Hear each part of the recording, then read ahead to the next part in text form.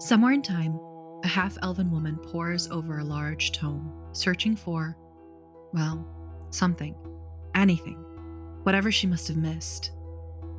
The archives she's in are deep underground in a wild land, residing inside the only sanctuary she'd been able to find in her travels here. If the information she sought was anywhere, it would be here. The tome is labeled simply enough, The History of Elisora, then a colon, followed by, So Far. With an aggravated grunt, she closes it, opens the cover, and starts from the beginning. The world of Elisora started like most worlds seem to do, with a god making a decision. Arista saw a spark of possibility within the astral sea and rescued it, nurturing it, helping it grow into a thought, and then an idea, and following it through until it became a world fit for living. Once the world was established, so then the gods needed to follow. Then came the continents, the land that broke up the vast sea that covered the world. The woman skims her eyes across the list, searching for a specific one. There it was, in the middle, Thylacer. The others were important, sure, in their own right, but this is the one that mattered most to the story of Elisora. With the continents established, then came those who would inhabit it. Yiva, the goddess of life, day, light, and the sun, saw the population of all kinds of lineages, any that one could imagine. Elves, humans, orcs, dragonborn, genasi, pulling from every plane she could think of to create a diverse group of beings. Yiva even asked, here is the first redaction of a text that seemed inexplicably riddled with them. When she had asked the archivist about it, he just shook his head, muttering about stolen knowledge. The woman sighs and looks past the inky black spill to read on. Yiva had even asked, ink, if they would send some of their own. The request was denied, but she knew it would only be a matter of time. The inhabitants of Elisora thrived for millennia, building towns and cities and villages. Thylacer became a rich hub of activity and knowledge, a continent dedicated to creating the very best, even in the mundane. When the capital city, Ixalan, was born, it was born with the intention of giving back to the people who had made Thylacer so great. Travel between the worlds used to be just as simple as traveling by train. Ley lines, lines of magical energy that run across the world, when crossed, create nexus points naturally. These nexus points create portals that connect Elisora with other planes. With the drive for the best, however, comes the inevitable breakdown. From creation, the gods decided to walk amongst the inhabitants of Elisora, both influencing and being part of its history, its existence. On Thylacer, magic was abundant. Lineages of all kinds dabbled in it, using it to make their lives better in different ways. So many became so steeped and rich with magic that it started to create an imbalance. The gluttony of power and control became too great. With melting wax wings, mortal beings would be taught a lesson by the scales of the universe. It started small. Minor earthquakes centralized to the area the magic was performed. And then it grew and grew and grew until it was feared the weight of the imbalance would destroy the world. The gods continued to walk within the world, trying to fix the mistakes caused by the hubris of consumption. The unfortunate reality for them, and everyone else, is that the fruits of their labor were rotten. Every time an act of magic was done, a catastrophic event would occur. The woman closes her eyes for a moment, taking a long, deep breath, preparing herself. This is where the biggest frustration comes. The next couple pages are completely covered in the ink spill. She tried everything to see through to the words behind, but it's like they never existed in the first place.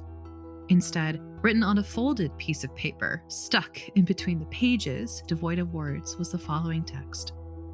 The beings of Elisora decided that the state of the world as they knew it was due to the gods running amok within their territory. And so, in defiance, groups of hunters were formed and the gods were hunted down one by one. Some fled to their homes, some were struck down before word had even gotten out. This mass extinction led to the Dark Days, a period in which no magic was allowed to be practiced or spoken of. Punishment was differing, depending on the level of magic performed. This time lasted until the magic within Elisora stabilized once more, and small magic was able to be performed. Science guilds rose and placed their footholds within the continent of Thylacer. So too did god-worshipping. Those beings believing that the fate that had rendered Elisora a ticking time bomb not brought about by the gods. Slowly but surely, Elisora, and by extension Thylacer, repaired itself and stabilized. The magic returned, and so did the portals. The text picks up from here back on the book. The woman slips a piece of paper back to where she found it, resting her eyes back on the pages. This stasis is how Thylacer existed for many years. Some continents house a single proliferant portal to another plane. In Thylacer, the portal to the Feywild is forbidden to interact with by anyone who does not have business with it. No one goes in, and those from the Fey do not come out. A new Eladrin had not stepped foot in Thylacer in hundreds of years, until one Ivy Nightbreeze Tinkerfey did. Her meeting with Elara Spindlespark and Véres Inkspill set off a chain reaction that propelled Thylacer, Elisora, and the Feywild into a brand new age. The woman looks to a stack of 3 books on her left, sighing softly as she grabs the top one and trails her fingers over the name, Elara Spindlespark. She opens the cover and begins to read.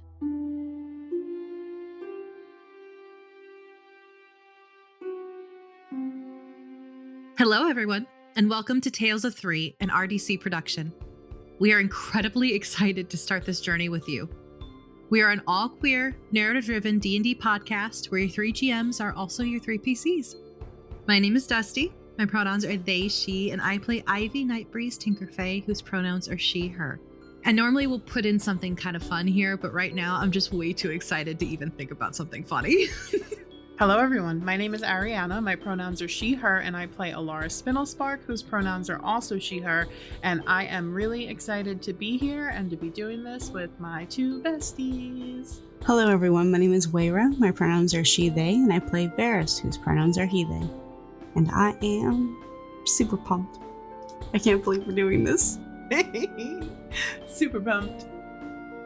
A note regarding content warnings. This campaign is a dark fantasy that deals consistently with topics of body horror, complicated relationship dynamics, emotional distress, fantasy violence, gore, mechanized spiders, mental health and illness, profanity, and romantic and sexual relationships.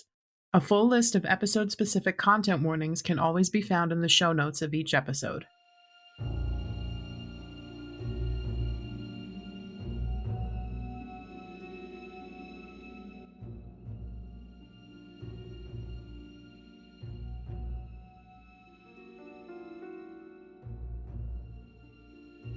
It's a beautiful night in spring. The cool night air was finally bearable without putting on too many layers, and the moon shines at half light in the clear night sky. Townsfolk are heading to their modest cottage homes after a long day of hard work and making idle chatter along the way. The town guards are making their rounds through the lantern-lit streets to ensure people made it home or to the local inn safely, in time for curfew.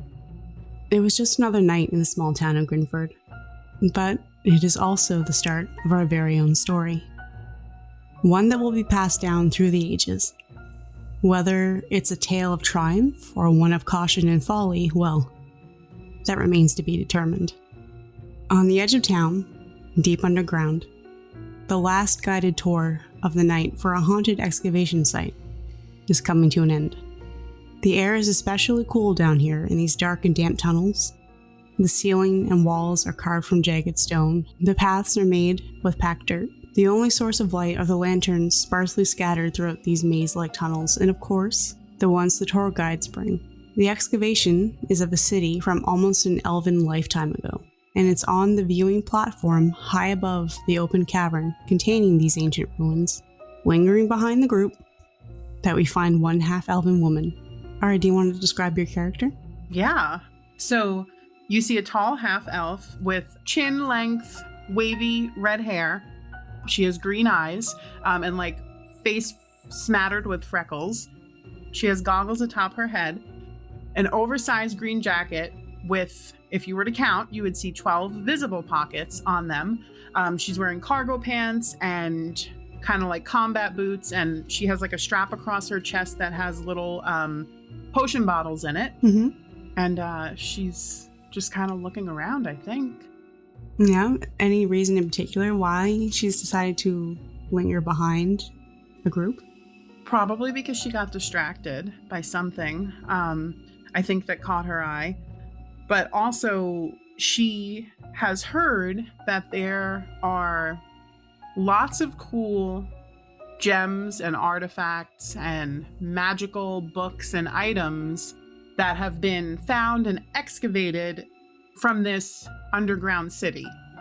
And so maybe she hung back because she's trying to maybe see if she could find anything. Well, she's doing a pretty good job. I would like you to make a stealth check Okay. as the group is slowly disappearing further up the tunnel. Dear listeners, Elara has disadvantage on stealth checks. Okay, that's not like terrible, but it's not good. 9.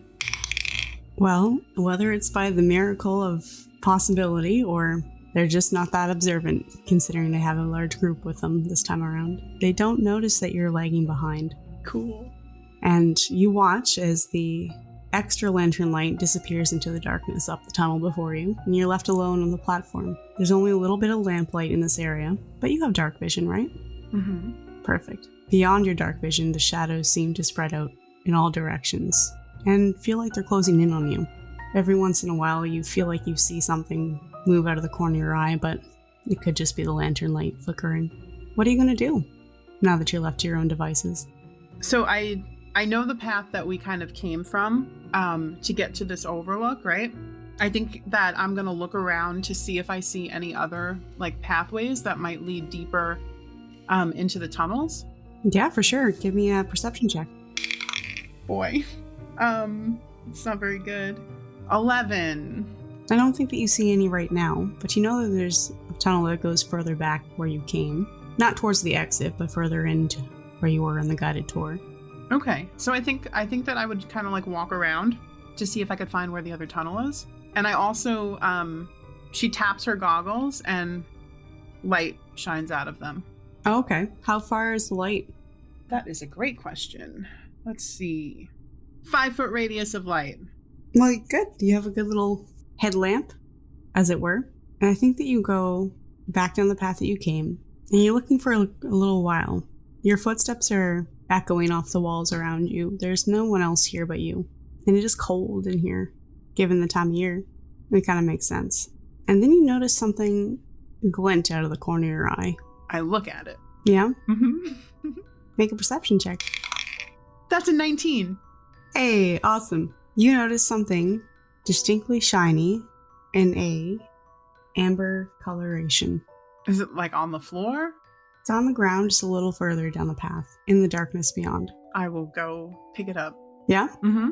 Okay. You pick up this gem, and it is beautiful. It's shimmering, and you get the sense that maybe, just maybe, it might actually have a bit of extra energy to it. Like maybe there's some magic behind it. Amazing.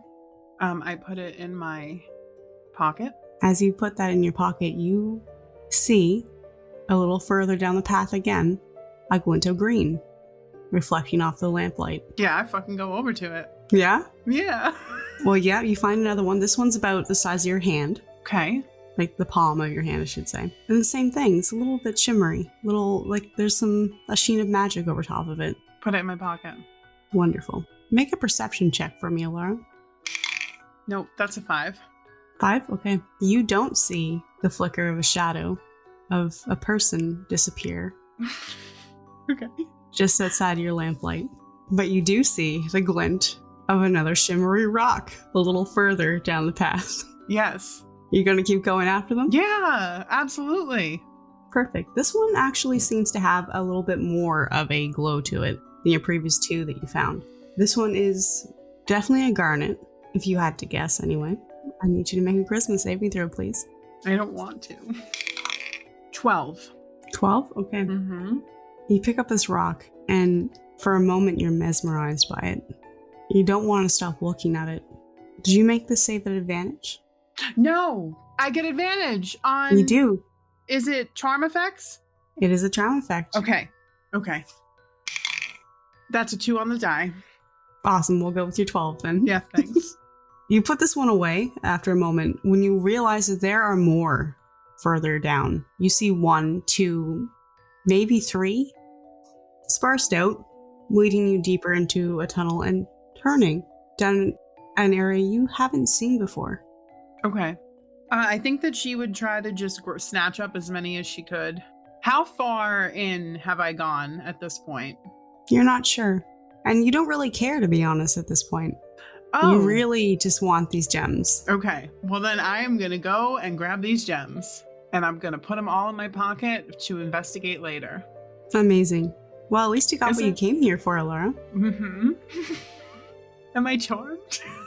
You are charmed. You are under a charm effect, and you cannot help but want these shiny rocks. I mean, it's not far-fetched, right? I mean, I think it's accurate. I think all of us as D&D players want some shiny rocks. You go for the last one. You notice that it's in front of a crack in the wall that you hadn't seen during the tour. It looks like the path goes a little further in, and there's definitely another glisten of another stone further in that path. You see the flicker of something move in the light of your lantern, and you are compelled to go to reach for it. Oh, fuck. Okay. You hear the sound of footsteps, something shifting, but you still want to go for that rock. Okay. Then I'm going to go for it. Perfect. I need you to make a dexterity saving throw for me. You guys. That is a 10. Okay. You're dead. You go into this heavily shadowed pathway, this crack in the wall. You are about to step through the threshold of it. You hear all around you just slight, whispers of excitement from one source of voice, maybe another. All disembodied. You don't see the source. And then you see a large looming shadow come over top of you as you reach for this gem. And you feel something grab the back of your hoodie or your jacket and yank you back, turning you around to face a person.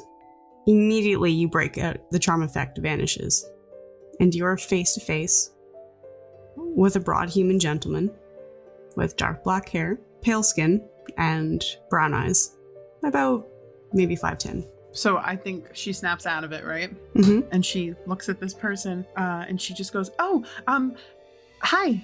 What are you doing down here alone? You should have been with the tour." I work here. It's fine. I was just, making the final rounds." You work here? Mm-hmm. I don't think I've ever seen you around before. Make a deception check, Elara. I think that she's patting her pockets like she's looking for a badge or a paperwork, Okay. Guys, I'm just gonna stop rolling. Stop making me roll. 6. I'm gonna try a different die after this. He nods. I'm gonna make a contested insight. He raises an eyebrow at you, and he clearly does not believe you one bit. He goes, "I'm fairly certain I know the faces of all of our employees." I'm new. I'm sure you are. It's well past closing time. Let's get you out of here. Okay. He gestures for you to go up the path and steps aside. I will start walking up the path. You really should be careful in here. There's places you can just drop off and fall several floors below. We can't get down to them. Oh, is that why everything is really guided? And there's a lot of rules and stuff about how. Yes. Well, that'll be great for my my training. I didn't learn that in the training part of things. So he just looks at you incredulously, like you're still trying to sell this. What's your name? Oh, I'm Jennifer. Jennifer Roundbottom. Right. Mm-hmm. Make a deception check. That is a 11. I'm getting there. Ah, Jennifer Roundbottom. Mm-hmm. All right, Jennifer. He seems to believe you that this is your name. It's passed down from generations in my family. Firstborn of everyone, it doesn't matter. They just get Jennifer. That's it, So I wear it with pride. It's good to be proud of where you come from. Mm-hmm. But it's not good to sneak off and pretend that you work here to get into the tunnels. It's dangerous down here. Not just the holes in the floor. There's something. It's not safe. And he gestures you to go forward. I think that he continues to say, people go missing down here all the time. That's why it's best to stay with the group. Oh, because they fall into the holes? Fall into the holes, or it seems like he wants to say more, but he's not sure if he should. We're friends now. You can talk to me. I'm really good at keeping secrets as well. And I won't tell anyone. But it seems like, you have something that you want to get off your chest. Make a persuasion check. Please. 10. I can't. I think he thinks about what you said. Thinks about how you tried to sneak off alone down here.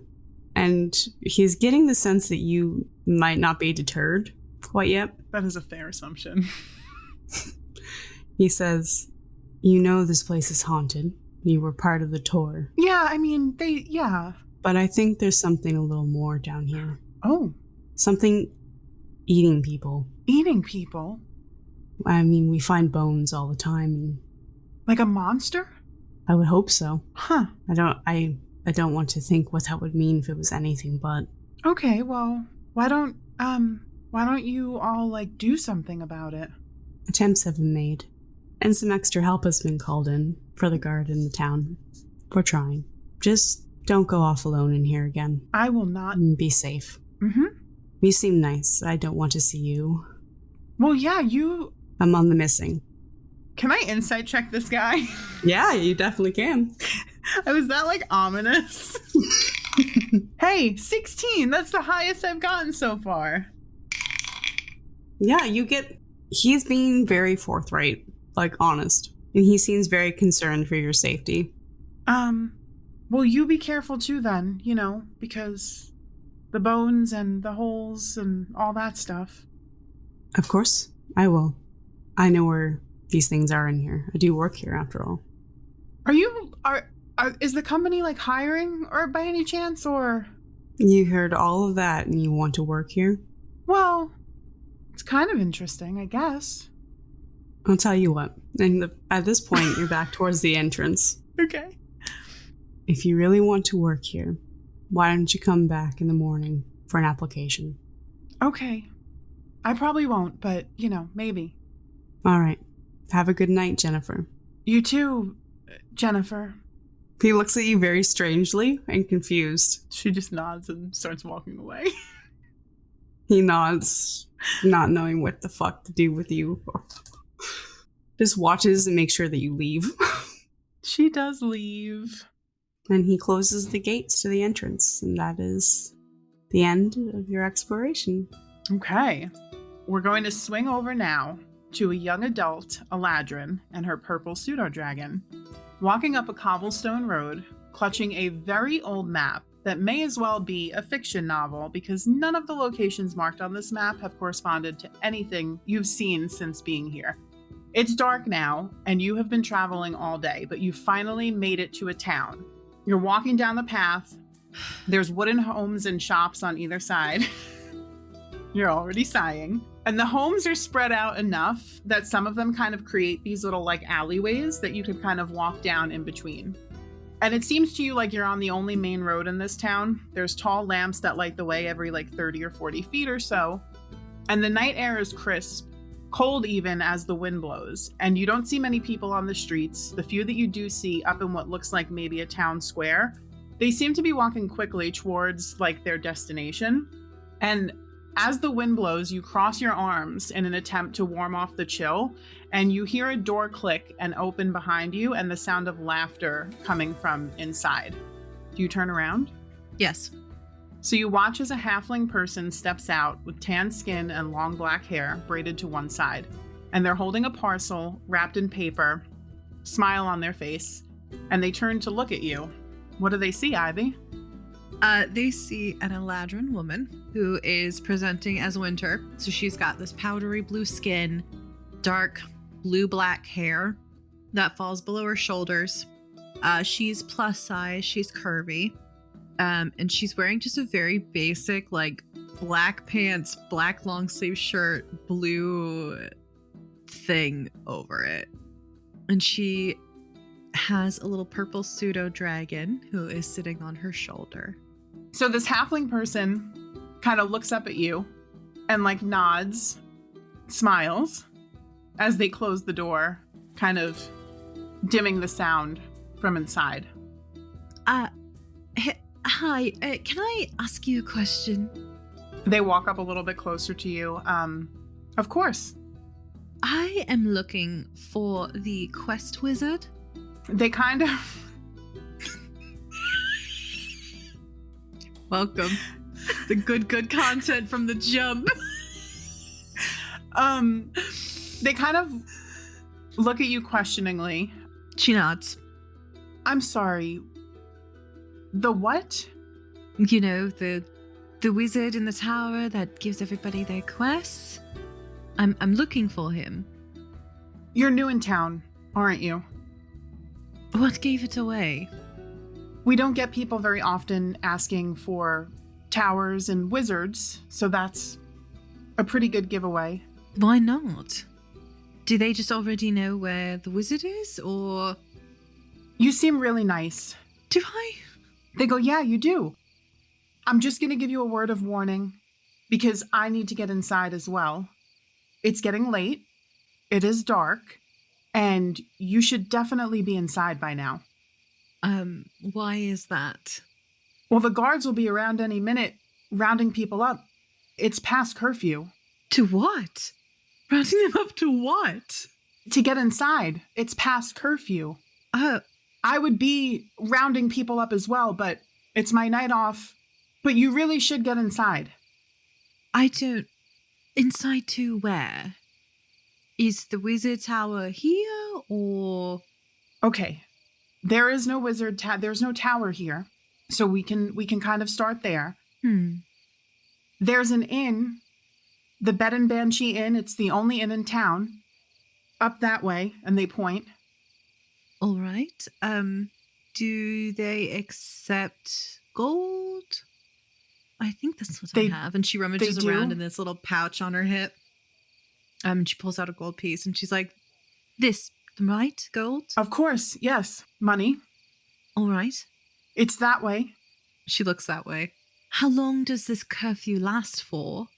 Am I good to just pop in for a minute and a drink, or?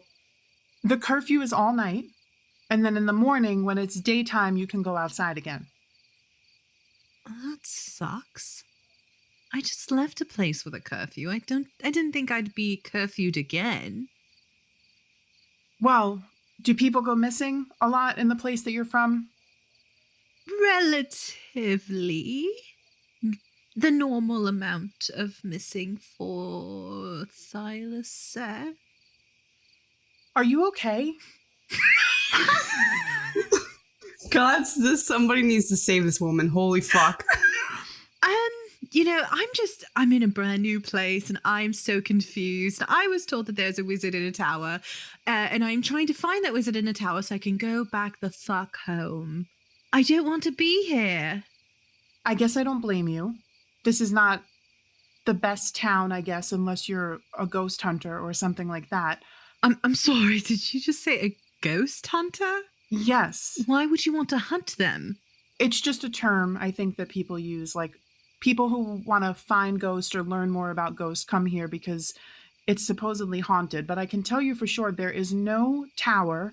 I don't think we have any wizards that I'm aware of. And you might not want to go about just announcing the wizard stuff in general. What's your passive perception?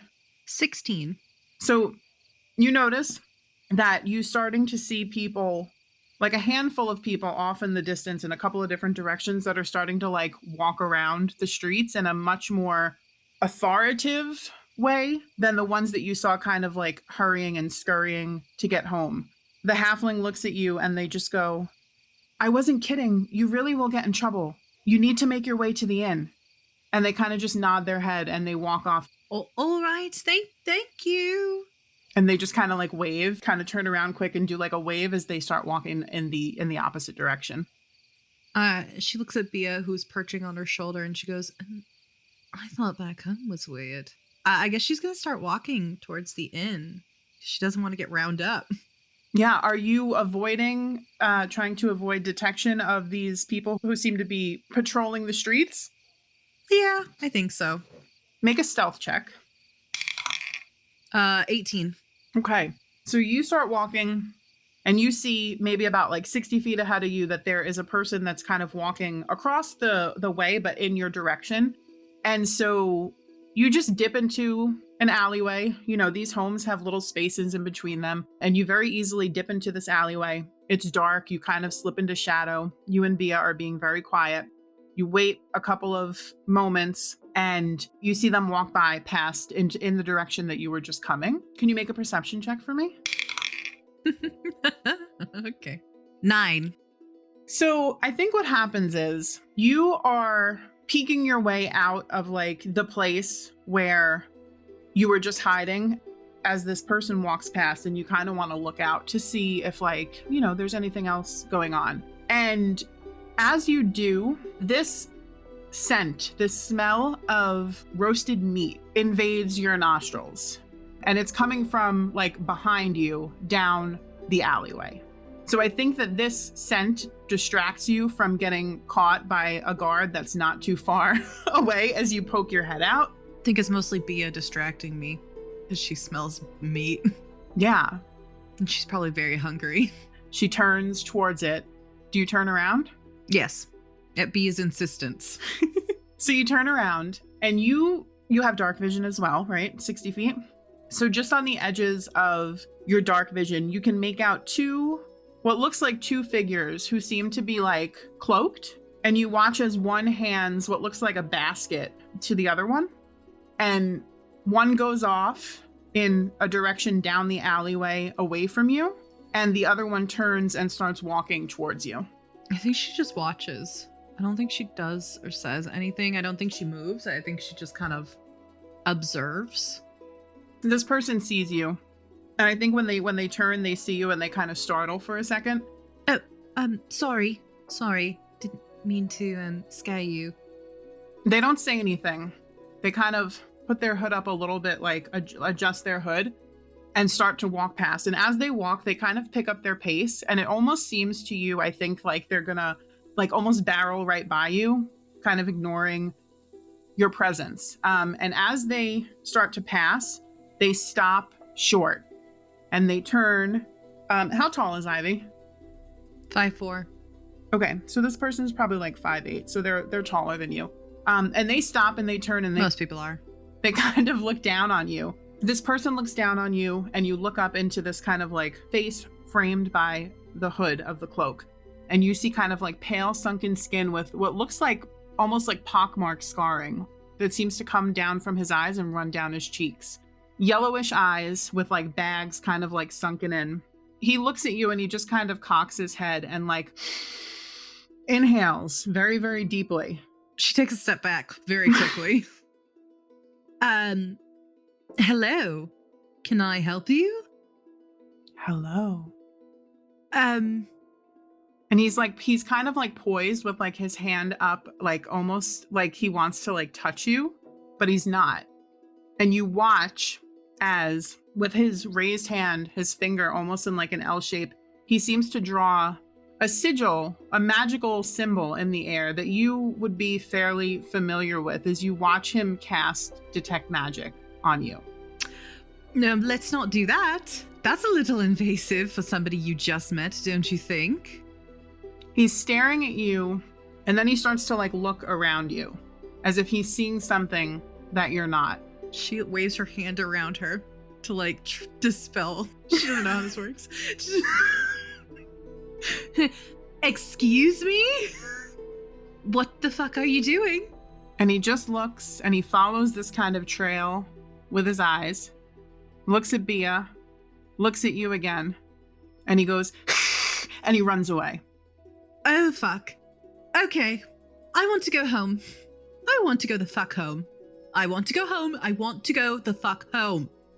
We're going to pan away from Ivy and her wanting to go the fuck home. We're going to move down the street.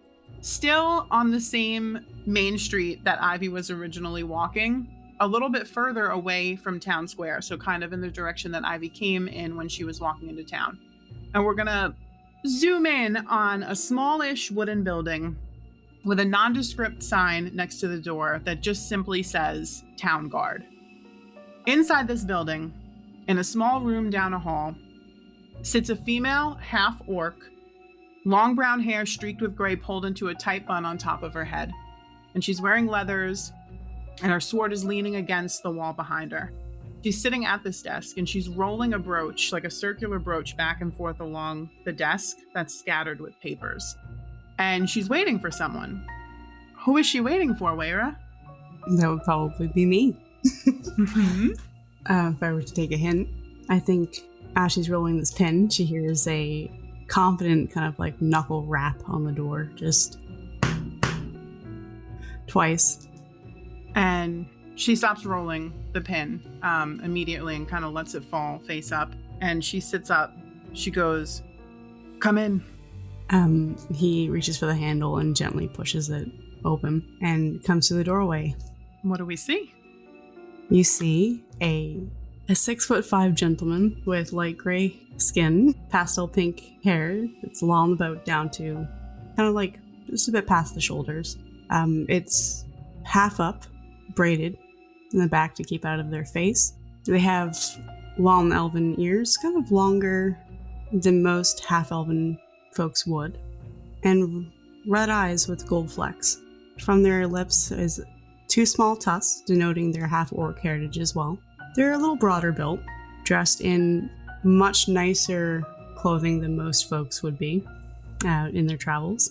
Some black dress pants and nice white billowy poet shirt. Has some earrings along their ears there, quite pierced.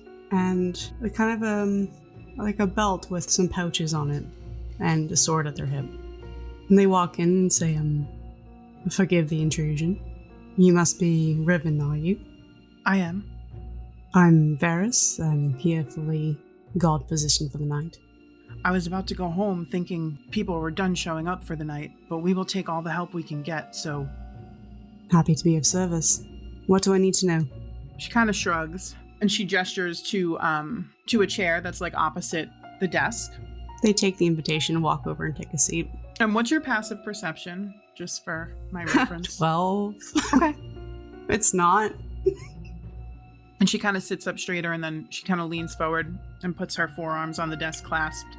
She goes, "Well, it's the 10-year anniversary tomorrow that Delilah Grimm went missing, and we're expecting the crowd to get even bigger than it is. I'm sure you know there's already a curfew in place to keep people off the streets late at night, prevent anyone from potentially going missing." And Véres, you would know this town is a tourist attraction for like paranormal enthusiasts. Delilah Grimm founded the town 11 years ago, and then she went missing exactly 1 year later on the eve of Souls Day. And so every year tourists come for ghost tours hoping to catch a glimpse of Delilah. Véres nods and he says, "I'm well aware, yes." It's 50 gold pieces for the weekend, and all you need to do is make sure everyone stays off the streets. Check in with me tomorrow morning to see if there's anything new that pops up that we may need to go over. If there's any additional work, you'll get paid for it. I'm good for it. Simple job." They nod, just sort of listening to the direction. "And what is to be done if folks are not obeying the curfew?" The town folk know the rules here. You shouldn't find too many of them out on the street. And if you do, just a simple reminder will get them typically back where they need to be. It's the tourists that we're more so worried about. There's always foolish people who try to break into the tunnels late at night. You know, people who think that they're going to find ghosts or steal artifacts. The problem is, when they do that, every once in a while, one of them goes missing. Those tunnels are dangerous if you don't know what you're doing. People disappear all the time. And you see, as she says that, she kind of like gestures with her hand to a stack of papers. And you see a stack maybe about like 6 inches high. It's not like all stacked, like it's kind of roughly stacked, if that makes sense. So it's not like a million pieces of paper. But there is a stack, and you see right on top the big words, it says missing. And there's a sketch of a person. And so you would assume that the papers below it are other missing people. If any of the tourists using force, if necessary, but be mindful. We're not here to hurt anybody or make any more trouble than they may already be causing. If anyone is extremely resistant, typically what we do is we just detain them until I can get there and I can put them, lock them up for the night until they cool off and essentially escort them out of town in the morning. It doesn't happen often, but with this being the 10-year anniversary, we're expecting more trouble than normal. All right. Well, it's no issue with me. I will refrain from excessive use of force, as instructed, and I'll report to you in the morning. She nods and she kind of pushes over the brooch that was laying on the desk, and you see it almost looks like a circular shield, and on it is a skull that's being held by like open palms, and etched into the skull is a pentacle. Like on the cheek or the forehead? Or what? It's etched into the forehead of the skull. Okay. And she just goes, "You'll need to wear this just so that people know that you are with the town guard." Of course. And they hold their hand out for it. And she hands it over. And they kind of like fasten it to this dark, almost like burgundy red cloak that they have on. It's over only one shoulder currently, but they fix it and fasten it there so it's visible. Mm-hmm. All right. If that's all, I'll make my way. She nods and goes and starts kind of like rifling through papers on her desk and things like that. And Véres gets up and pushes the chair in and makes their way out casually, shutting the door behind them. Okay. So, Véres, you walk outside into the cool, crisp night air. What would you like to do? He's going to go make his rounds, I guess. Okay. He's just going to walk down the main road to start and go from there. Okay, so make a perception check. It's 12. So you kind of step outside, you look around. The lanterns are lighting the streets. It's not really difficult to see any stragglers because the streets are not packed. They are mostly empty. As soon as you walk out, you notice kind of diagonally across the street from you, you do see a halfling with dark hair braided to one side, walking kind of quickly down the street, holding a parcel underneath their, kind of like tucked under their arm. And they look up and acknowledge you and kind of like nod their head and continue on. Véres inclines their head as well, making sure that they're actually headed toward a destination. Yeah, they, you get the vibe. I won't make you do like an insight check. No, he's just like watching. They're walking with purpose, Yeah. They're not like dilly-dallying or anything like that. And so you begin to kind of walk up the streets. Have you been to this town before? I think that this is their first time in this town, but they did a little precursory walk around earlier today during the day in preparation for this job. They kind of came here with the purpose of doing this, so they did a bit of scouting beforehand. So you're walking up the street, you're walking kind of towards the town square, and you see on your side of the road, about 2 houses down from you, a dwarven woman kind of stumble out of an alleyway, and she is holding a very large pitcher in her hand, and she is bellowing out a tune. Like she is singing. She is living her best life right now. God, I wish that were me. Me too. Is it like outside of a tavern or just in the street? Nope, she just stumbles out of an alleyway. Like just in between 2 houses. She comes on out and she's singing. All right, Véres is gonna go send them home. He walks up to them. He's like, having a good time, are we? I am indeed, and how are you doing tonight? I'm doing quite well. And she takes a swig out of this jug that she's drinking out of, and she looks up at you, kind of like cracking her neck. Yeah. But the sun is down, and we must be making our way home. This is my home. I am here, and I am home. I've never seen you before. I expect you haven't. She wipes her mouth. I'm here to aid with the guard for the weekend. She winks and like taps her nose. And she has like long brown hair and like a very like well-trimmed beard. And she goes, well, I am here, I live here, so it's all right, it's fine. You need to worry about the tourists. They are out of control, let me tell you. I'm sure they are. But can I escort you anywhere? And he holds out an arm. She inclines her head and she like reaches up to take her arm, to take your arm.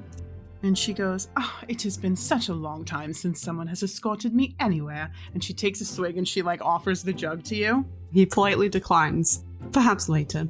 "If there is any left." And she takes another swig. He laughs. If there's no home I can take you to, I will take you to the inn. She goes, "Do you know my family makes the finest dwarven moonshine you will ever taste in your life? If you like, I will make a deal with you. If you come see me at the Bed and Banshee Inn, I will give you a taste for free. For getting me there safely, of course, because, it's very dangerous out here tonight." And she takes another swig. He gives her a little smirk. He's like, "You know what? I'll take you up on the offer." She nods her head. And the two of you begin to make your way towards the inn. She's not resisting. She's just having a good time.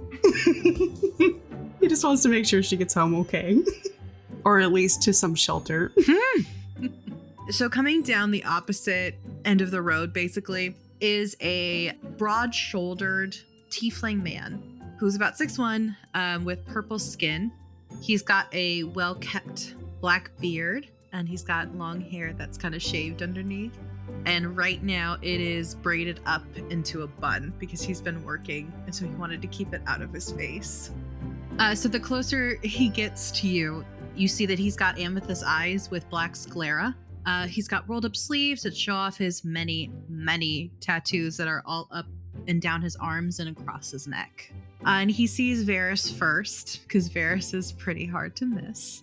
And you guys lock eyes, and then he goes to say something and looks down and sees Reg, and he goes, "Ah, there you are." And there you are. And he looks at Véres. Reg lifts up the flask and is like, "All right, my friend. Now you get to meet my other friend." And she starts walking. She breaks stride and starts walking as quickly as her drunk legs can take her towards her friend. And she just goes, "Ah, Zathrian, are you not supposed to be tending my bar?" Prince is dead. Well, Reg, the bar is actually closed now because it is that closing time. It is. It is. Mhm. Would you like a sip of my family's famous moonshine? Oh, I've already had some before I came out here. All right. Can never get enough of the stuff. I think she kind of winks at him, and she goes, "Come now, let me introduce you to my new friend. He insists on escorting me home because, it's very dangerous out here. Psst, like I haven't lived here for the past 10 years. I think Véres is approaching with a slightly amused expression on his face. He looks at Reg. Funny enough, my resplendent friend, Véres and I are actually best friends. Her jaw drops. Véres rolls their eyes. I know. Someone as devilish as Véres is friends with a little old chump like me. Is this your famous bartender friend that you have been bragging about? The very same. She looks at you, Véres, and she goes, "Do you know I will pay you double whatever he pays you if you will come work for me?" I'm sorry? Double. Reg, Zath. we have a contract that says no poaching other bartenders. Well, I poached you, didn't I? He laughs. And he goes, "You didn't poach me. Lovely. We are working together." He looks Véres up and down as he approaches, and he goes, "It seems once again you found a reason to stick around." I'm not sure I know what you mean. If I recall correctly, you said that I wouldn't see you when I got back to Osrin because you were leaving. You said that the other day as well, and about a week ago. Oh, I suppose I did. Well, I got word that they needed extra hands for the weekend, and I could use the coin. I didn't see you grab a room at the inn. Oh, Ash checked me in. Does Reg know that your child is doing a job for you? I think Véres kind of smiles, clearly poking fun.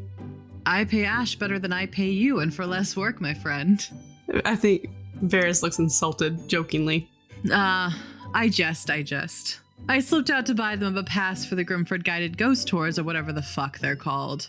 He pulls out a pass and kind of shows it to Véres. And he goes, "Got there just in time. The kid said I got the last one." I think Véres takes a look at it, examining it. He raises an eyebrow at Zaf. Listen, it wasn't my idea to have them go. They wanted to go. And like any good doting father, I said, all right, I guess, and went and got the pass. I see you're continuing to earn your award of Father of the Year. And he hands the pass back to Zaf. I don't have to earn it. I already have it. Of course. Silly me for forgetting. Looks at Reg and goes, as much as I appreciate the offer, and typically you can buy me, I seem to have sold my soul to Zaf here, so unfortunately I cannot work for you. Zaf smirks. Reg eyes the both of them and takes a swig of moonshine and starts walking back towards the inn. Zaf looks at Reg and kind of sighs a bit and he goes, all right, I should get her back. Reg? And you see Reg up ahead. She stops and takes another swig and turns back and she just goes, you wanted me to go home and now we are still standing here talking. Can we not go? Or like what? You all right. Let's go. Zaf, I'll see you later. He winks. And then finger guns, no. Zaf pats her arm and he walks off talking with Reg. She takes his arm. She kind of reaches up a little bit and she links arms with Zaf. And she does like a fake dramatic, like fanning herself.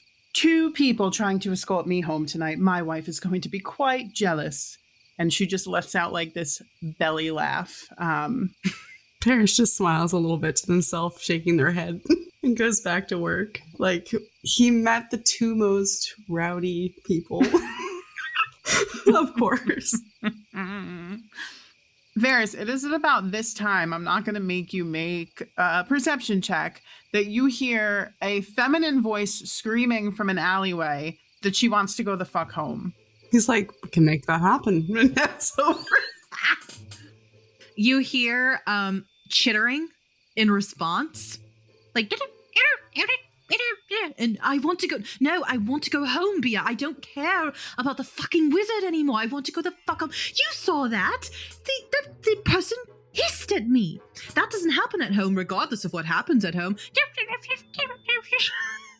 It's about that time that a shadow kind of like looms over you and looking down at you, like from a respectable distance, is like, my apologies for interrupting your They both jump. conversation. You're out past curfew. Shall I escort you to a home in... So I've been fucking told. Sorry, what were you saying? Do you need assistance? I need more than just assistance, but if you could point me in the way of this Banshee and Breakfast Inn, or whatever the fuck it's called. Because there's no wizard in a tower here. No, there is not. A very astute observation. And I'm assuming you also don't know about the quest wizard. He looks at you for a second, and he's like in children's fairy tales? She squints up at him. He looks at her with an eyebrow raised. They're not children fairy tales. Have you had much to drink tonight? I don't drink, but I guess thank you for asking. I would recommend exercising caution when requesting a wizard. People on this continent don't take kindly to magic users. Most are a little wary of them, at the very least. What? Why? That is a very long story. Are you telling me you don't do magic? You look like a magic user with your... And she motions to your shirt. He moves aside his cloak and you see a sword. I know plenty of people who do magic with swords. I cannot imagine a world in which magic isn't talked about. She rolls her eyes. This place sucks. I'm sorry? I guess this town is probably okay. I've only been here for 2 minutes and I've already gotten hissed at. But I meant this realm sucks. This realm fucking sucks. I want to go home. He looks at you, a little surprised, and then starts looking around. I want to make him make a perception check to see if he sees anybody nearby. That is a 17. So I think that you're standing like at the edge of the alleyway. You're not in the alleyway, and Ivy has probably come closer, like out of the alleyway. You look around, you Advancing. Yeah, you see a few people walking a little more leisurely, I think, than you'd like. And then off in the distance towards the town square, you see, so the town square is like lit up in the center. Mm-hmm. There's a big statue in the center, like a tall, like 10, maybe like 15-foot statue because it's up on a pedestal. And so it's very lit up. It's very bright. And you do see some people kind of walking over there. That's kind of what you see right now. He looks back at this person having a awful time in the alleyway, and he says, quietly, you might want to be careful about how loudly you speak of other realms. Interplanar travel is not legal here in all of Thylacere. What? He nods his head in confirmation. What are you talking about? Interplanar travel hasn't been a thing for quite a long time. There's only one portal I'm aware of that is kept open and heavily guarded. She looks confused. She goes, all right, I guess. I mean, I don't know anything about a portal here. I am from here. Totally, completely. Where's this portal to? That you know of, but apparently I don't because I live under a rock. He raises an eyebrow. Make an insight check, deception, if you want to. Like, I'm going to. I don't know why I look every time as if there's a plus. There is no plus. Roll deception, Ivy. It is a 12. It's a 14. Hey, Fuck. So you're like not 100%. You know, you're like, oh, maybe she does just live under a rock. Maybe she's just a really weird person. I will say, but then you look at the pseudo dragon and you're like, I will say the pseudo dragon is staring you down. Like staring you down.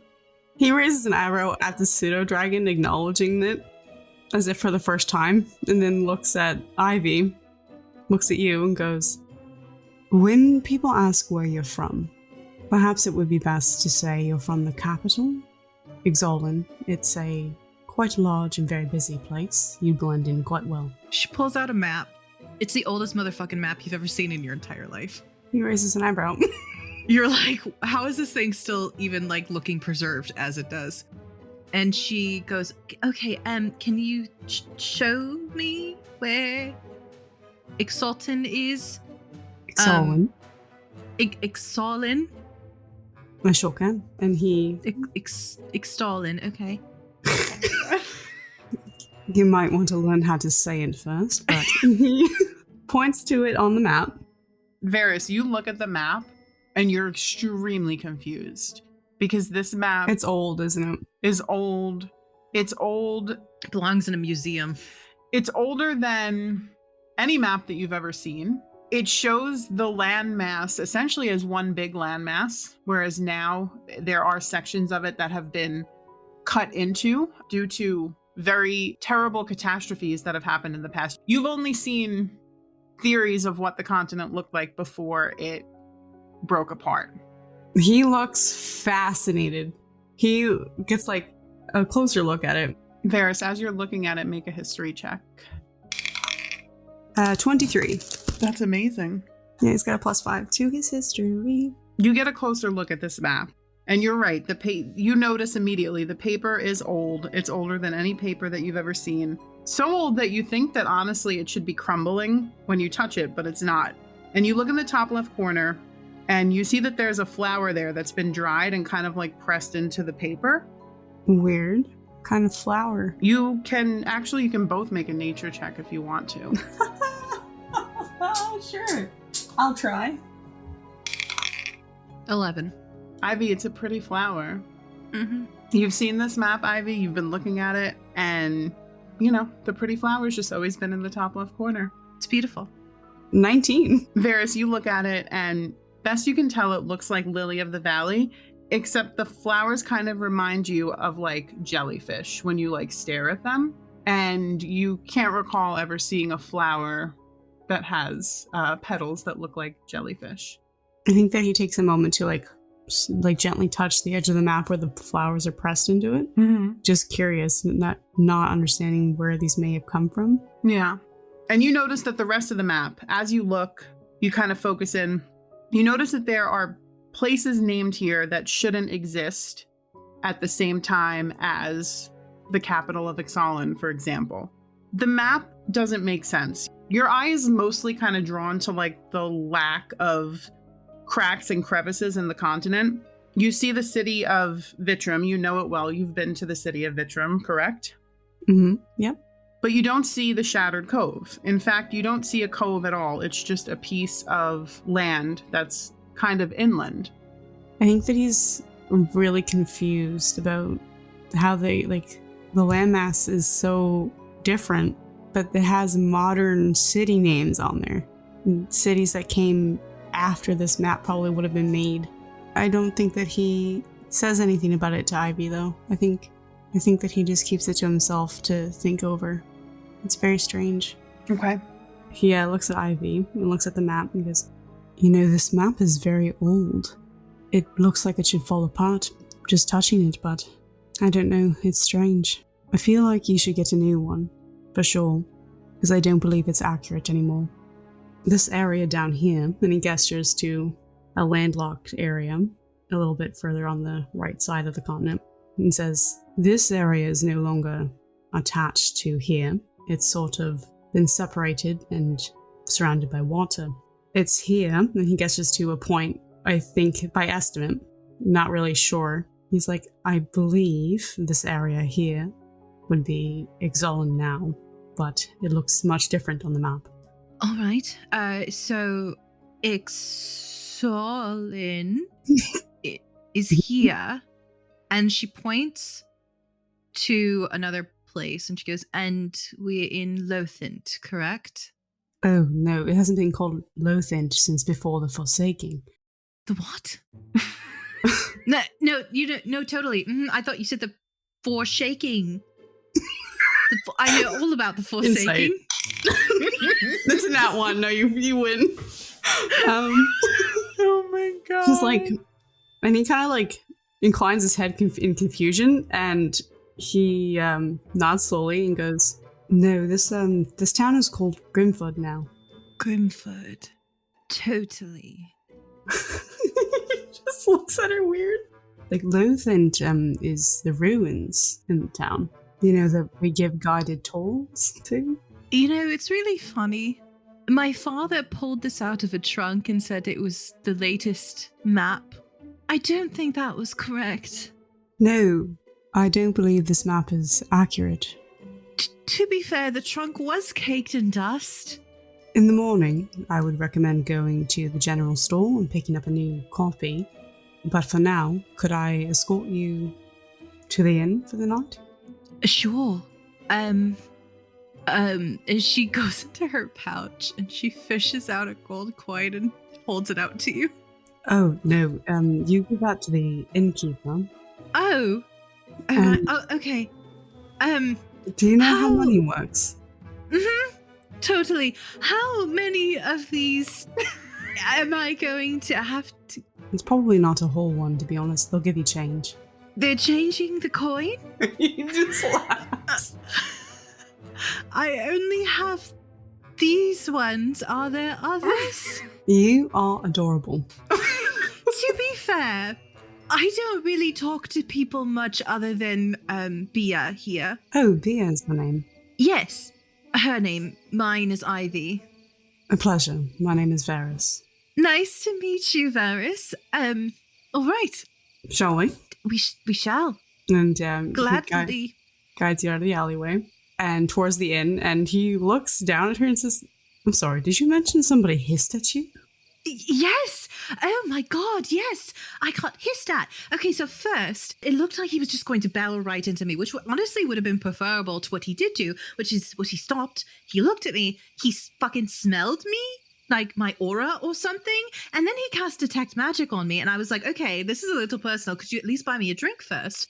And I was trying to disrupt it, but I don't think that's how that works. And he was like looking at my essence or something. I don't really know. Do I have an essence about me that is like different, I guess? Did he do any sort of hand movements and gestures, perhaps?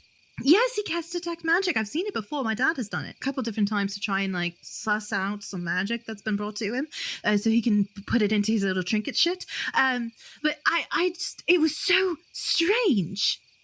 Why would somebody detect magic on me, Véres? Do I look magic-ish?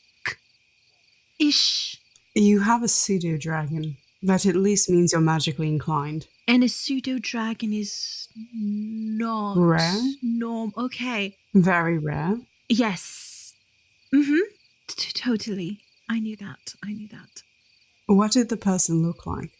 He was tall, than me. He was 5'8". When you say like tall, he's 5'8". imagining taller than him. Right, no, I know. Tall than me and shorter than you. Very pale, probably does not like the sun. Yellow eyes and like scarring, like he cried too much and it scarred into his face. Does that sound familiar to him? Make a history or a religion check. I think I'll do history. Oh, this is really going to be really good. 22. You know that there are some groups, some religious, some not, who practice deliberate scarring of their skin due to their beliefs. This absolutely sounds like ritualistic scarring to you. Ooh. All right, well, I'm sorry that happened to you. And he looks at you like hunching on yourself. He's like, are you cold? Not really. I am confused. Just chuckles. Fair enough. So you come here often, or? No, this is the first time I've been here, actually. The first day, anyway. Oh, me too. No, you don't say. I do say. I like your hair. They're walking and she's trying to find like something to talk about with her. He's like, thank you. And he's continuing to guide her back to the inn. As you both begin to walk, you're walking towards the inn, towards the town square. Are you looking around? Are you... Ivy's not looking around. Yeah, Véres keeping an eye out. Make a perception check. Véres. Véres. Ooh, dirty 20. Nice. Yeah. So you notice that the streets have kind of emptied out pretty significantly. There's no people that you can see kind of lingering, no groups, no nothing. As you begin to walk, you're walking down the road closer to the town square. You see a tall half-elf kind of come out of like one of the side streets, and you see her walk up to the town square that has this statue in the center of it, this tall bronze statue. And you watch as she walks up to it, and she has goggles on her eyes. She has short red, like wavy hair and like an oversized green jacket. And she gets up to the statue and she has her goggles on and she's looking up at it and she's just kind of standing there with her hands on her hips, just like looking up. As you both are walking closer, and you're still probably about like 90 to 100 feet away, Véres, with a dirty 20 perception check, you see her jacket get kind of pulled downward. And immediately she kind of throws her goggles off of her eyes and kind of lets them hang on her chin. And she looks around and you watch her very quickly and very like panicked shrug out of this jacket. As the jacket drops to the floor, you see a small creature kind of like poof into existence, grab her jacket and just start running in the opposite direction, away from the both of you and away from her. And you hear the half-elf go, oh, no. And she takes off after this little creature that is literally just dragging her jacket on the ground. What do you guys do? I look in the direction they're running. Do I see anything that they're going to? Like, where are they headed? You watch this little creature, and you can't even see the creature anymore. You just see the jacket kind of dragging on the ground. You watch the jacket essentially disappear down an alleyway in between the two houses. Well, that doesn't sound great. Véres is gonna look at Ivy and say, I believe I just witnessed a theft. I'm going to go intervene.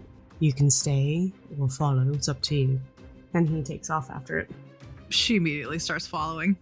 Okay, so you both take off after this person, and you watch the jacket disappear beyond the alley. You watch her run, and as she goes to kind of disappear out of your view, you see this tall figure step out of the alleyway, just right in front of her.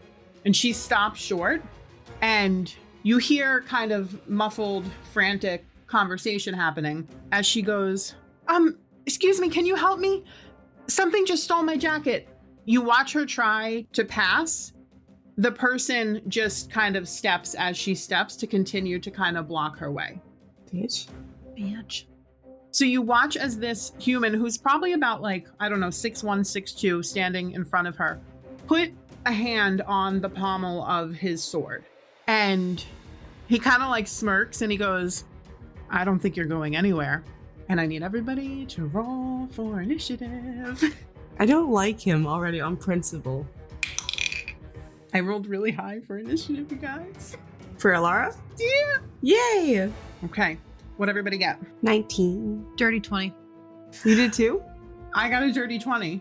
What's your dex? My dex is a +1. Mine's +2. Okay. So first up, out of sight of Ivy and Véres, Elara watches her jacket kind of scurry. Oh, did you roll for Bia? No, I didn't roll for Bia. There needs to be more Bia. Come on, Bia. You got a 6. Okay. Yeah. 6 total? Yeah. Yeah, That's she fine. did. She's good. She's okay. She's here for the party. Out of sight of Ivy and Véres, Elara watches as her jacket continues to scurry about 30 more feet down the alley.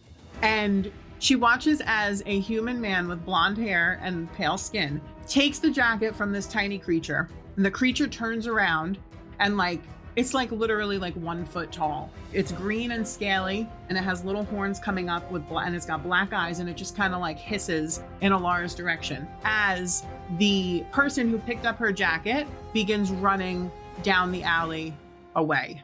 Next up, we have Ivy.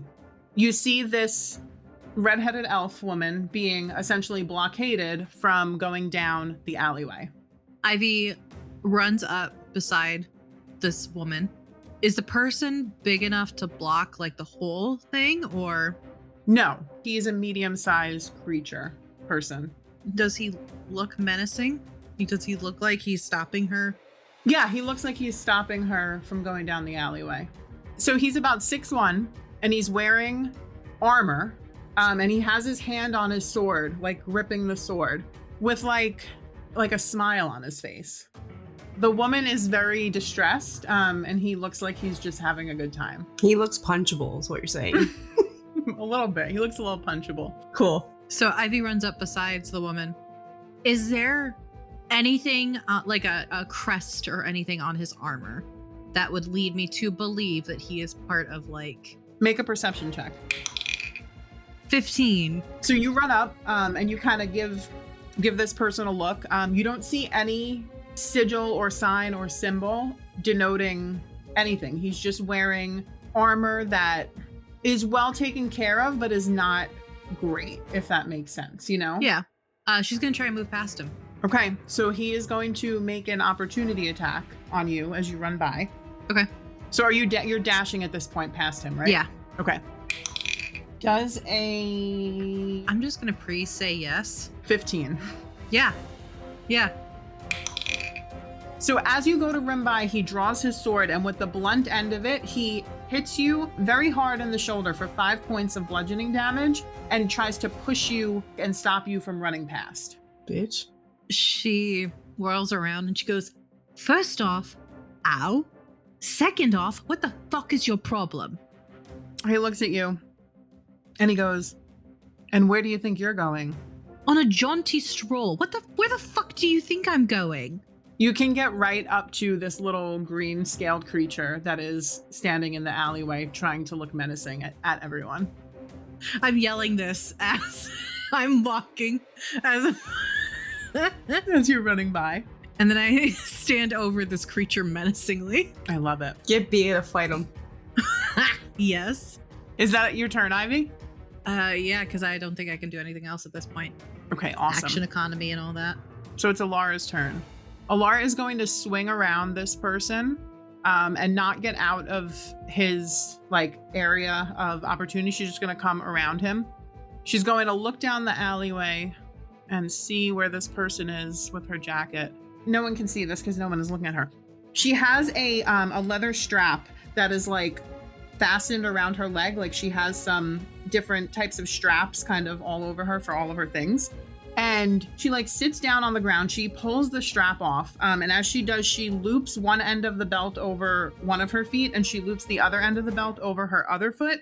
This little band of like leather stretches in a way that it shouldn't stretch because it looks like it's just leather. And she pulls back on it and she takes 3 rocks out of her pocket and she's going to cast Catapult at the person who is running away with her jacket. So they need to make a dexterity saving throw.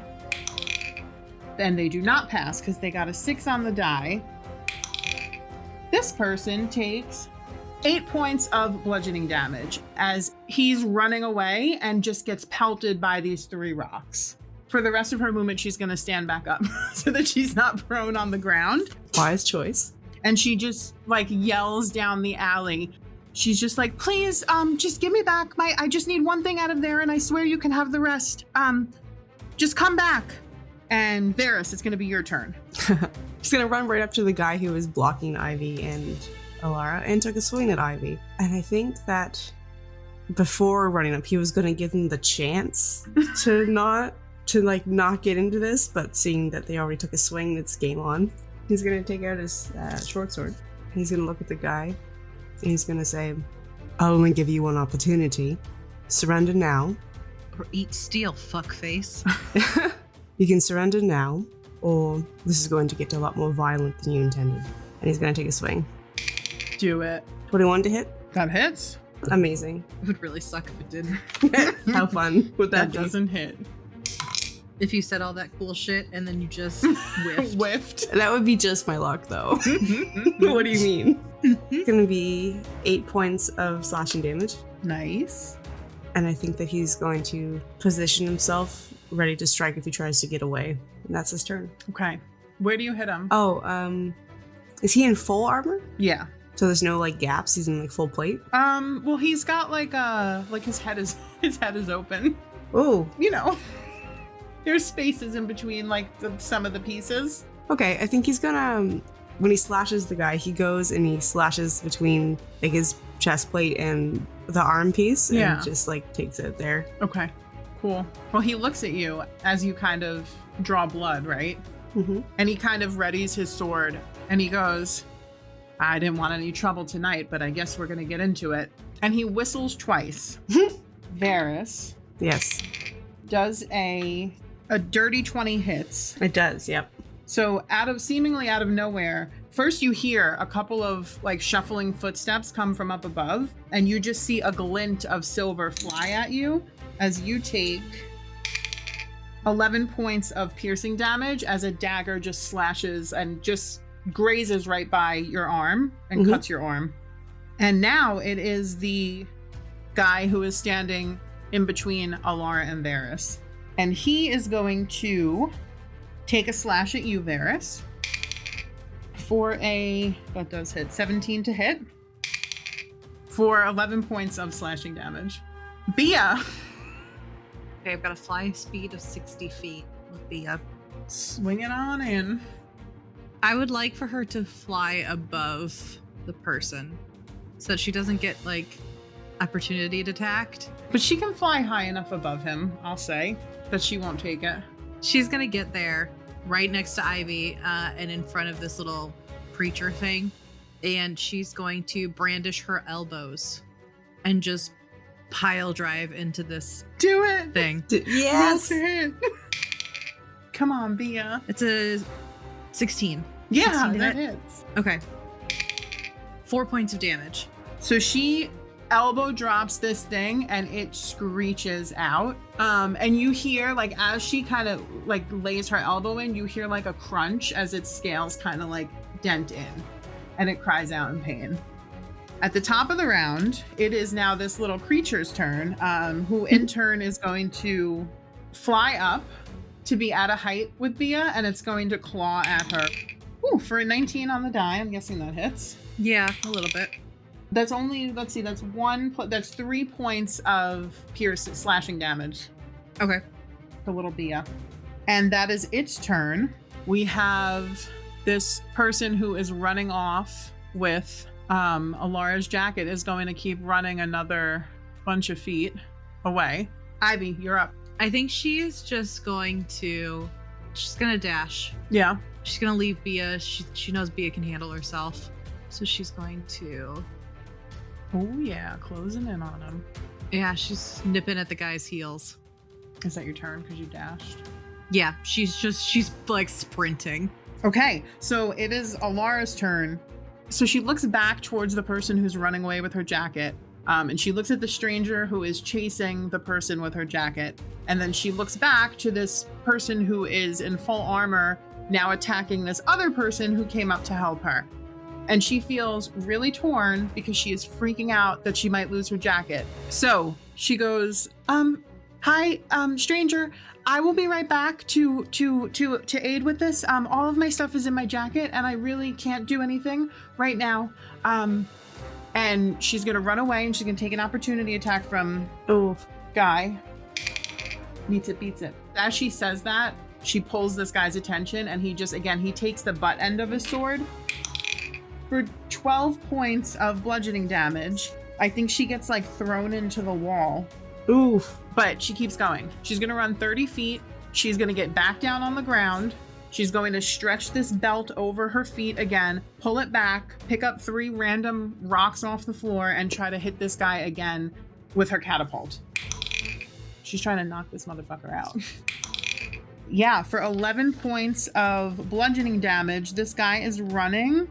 And Ivy, you watch these 3 rocks sail by you, and he just gets hit twice in the back and once in the back of the head, and he goes down. She cheers. Okay, Véres, it's your turn. I think that after getting actually he looks kind of really fucked up.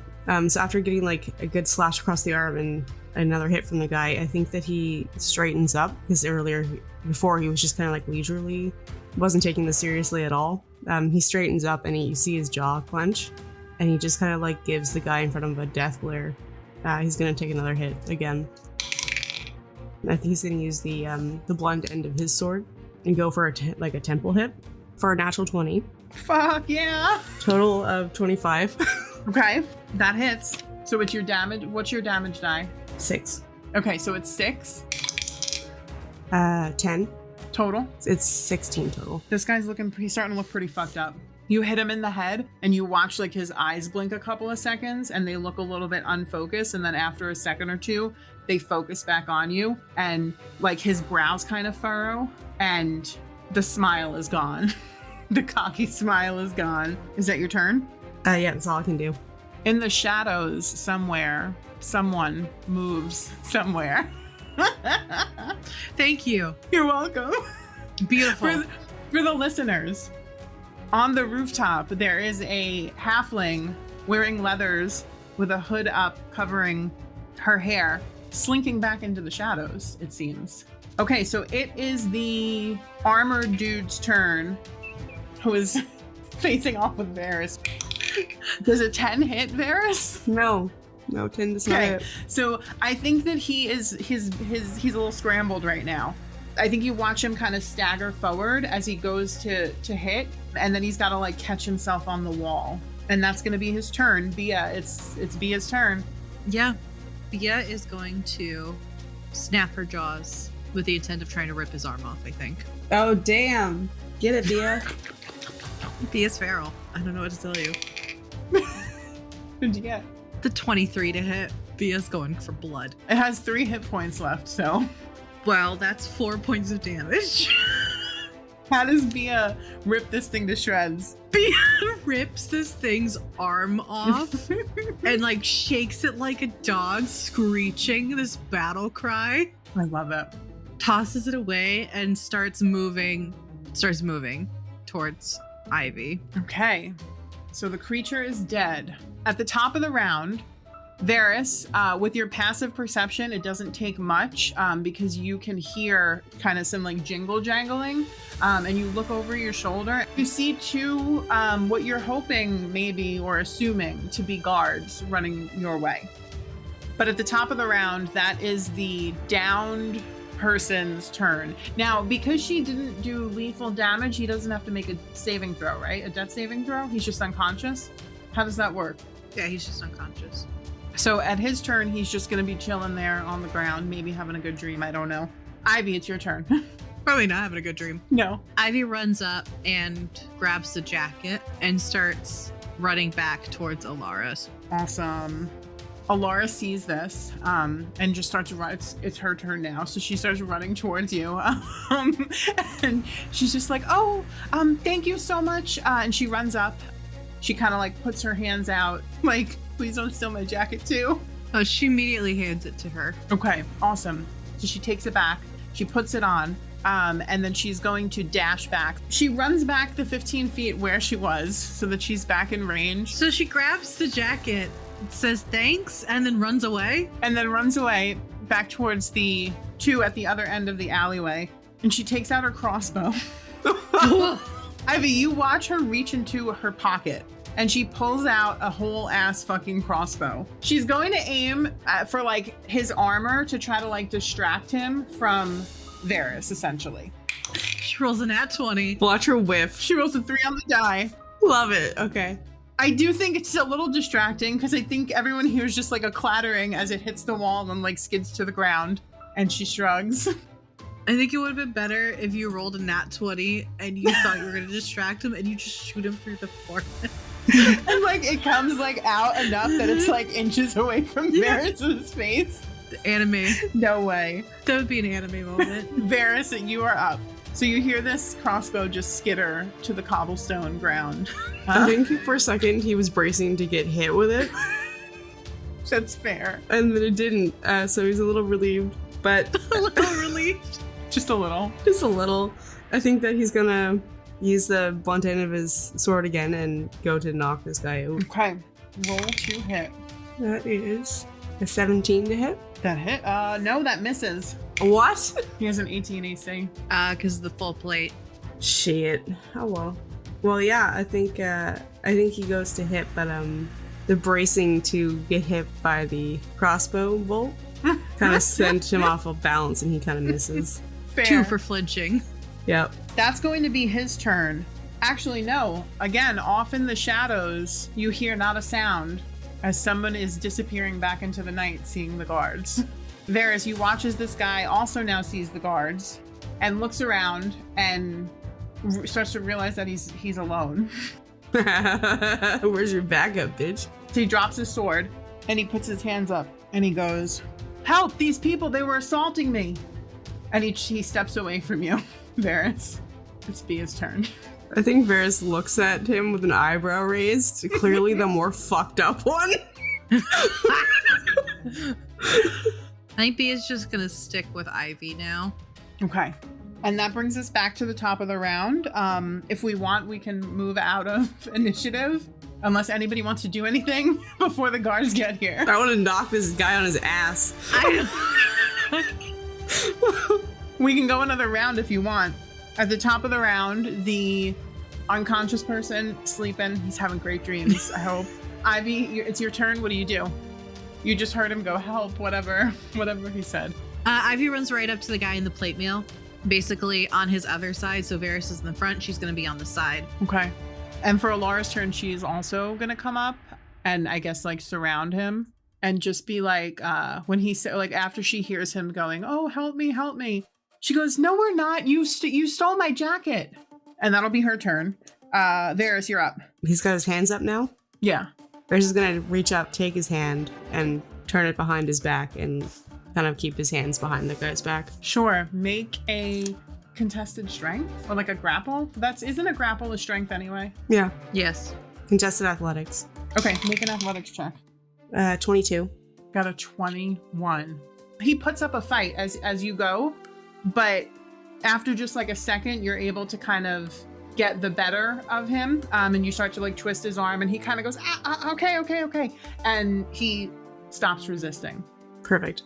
I think he's gonna put him to the wall, and he's gonna keep him there, and he is gonna wait for the other guards, and he's gonna look down. Can he see the guy on the ground further up? No. 60 feet. What do we have? 60 feet of dark vision? Yeah. You can't see him. Shit. Okay. I think he looks back at the other two, and he's like, what happened to the guy, the other one? He was running with the jacket. Oh, I hit him with some rocks, and he's knocked out over there. Is he still up there, or Yes. are you sure? He's not dead. Are you sure he's still up there? Elara looks. Her eyes glaze over for a second. Yes. And Bia looks. Is he still there? He's still there. Okay. Just a heap on the ground. Ivy comes, her eyes stop glazing over and she goes, yeah, he's still there. Véres looks a little disturbed. Elara looks at Ivy. How fucking weird. He's like, he looks at Ivy and raises an eyebrow and he goes, all right.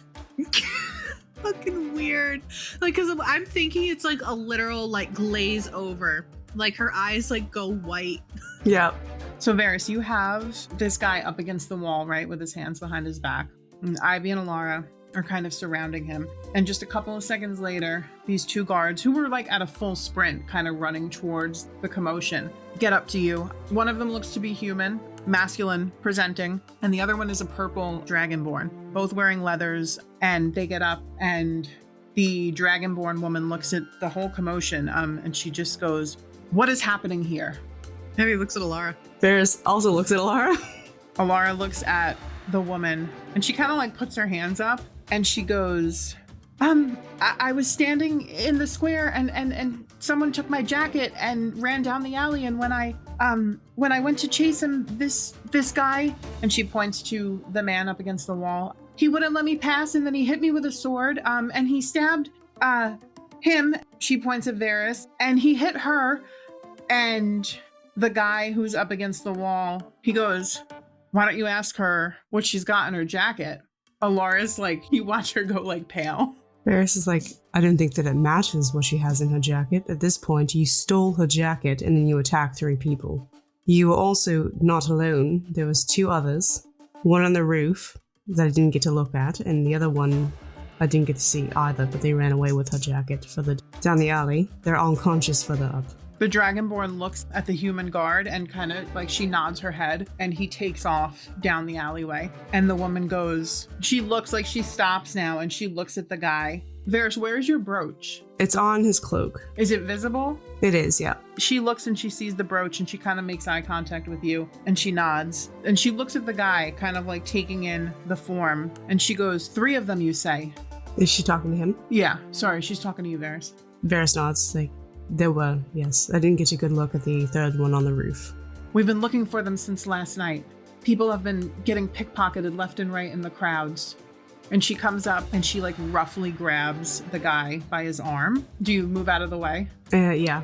And she kind of turns him around to look at his face, and she pulls out like a piece of parchment that she has, and she holds out a sketch, and she nods, and she goes, "Where's the other one? The halfling." He spits some blood out on the floor, and he looks up towards the roof, and he goes, "You can try, but you're not going to catch her." And she looks at you, Véres, and she goes, "I'm going to bring this one back to Riven. Thanks for helping out."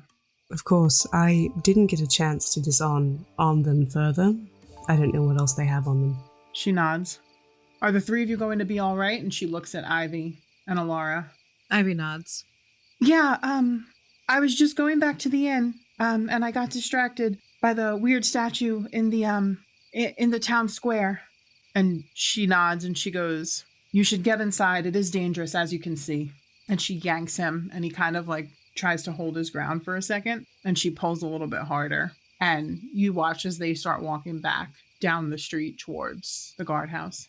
Véres is going to pick up the short sword that the guy dropped, Mm-hmm. and the dagger that was thrown at him. Mm-hmm. He's going to investigate the dagger. There's nothing on the blade, right? Besides his blood. What are you looking for? Any signs of poison? Make a nature check. Nature and medicine. There's a little inscription on it that says property of. We go with nature. That's a 14. Not that you can tell. It's just a steel dagger. I think he's going to slip that into a spot where daggers to go on his like belt. Put the short sword on the other side. The other person who ran up for the guy Ivy and Elara were chasing, has he come back yet? You don't see him yet. He looks at Ivy and Elara. Goes, "Pardon me, I'm just going to go and see if the other person is all right." Ivy follows.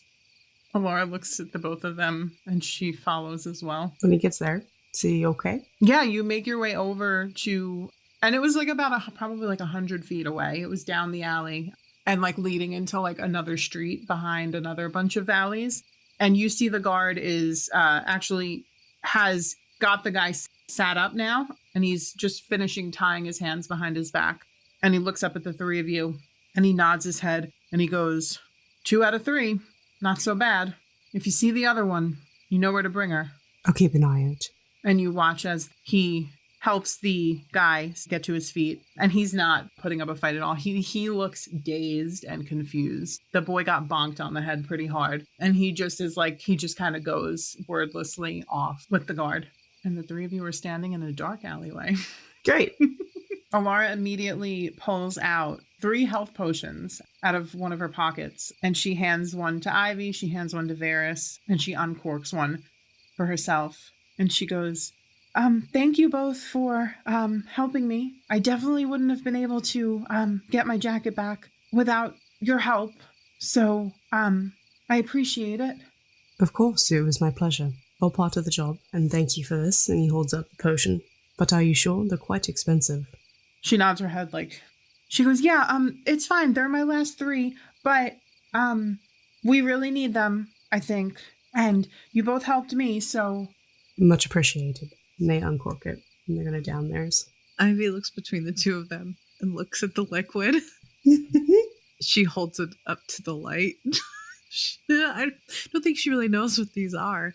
Elara goes, it's just a healing potion. Nothing right, weird totally. about it. Yeah, sorry, I got hit in the head. No, me too.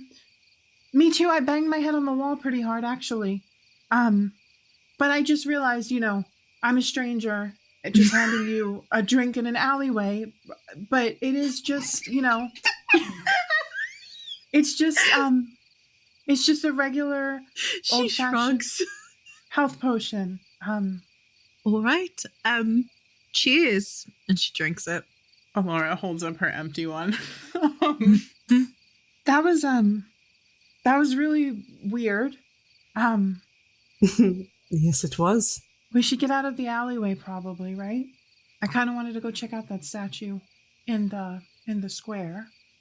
Perhaps on the way by. I do think we should make our way to the inn for the night. Yeah, that's true, considering there's pickpockets and thieves around. Among other things. I think this is when Bia comes soaring in and lands on Ivy's head. Elara is just cool.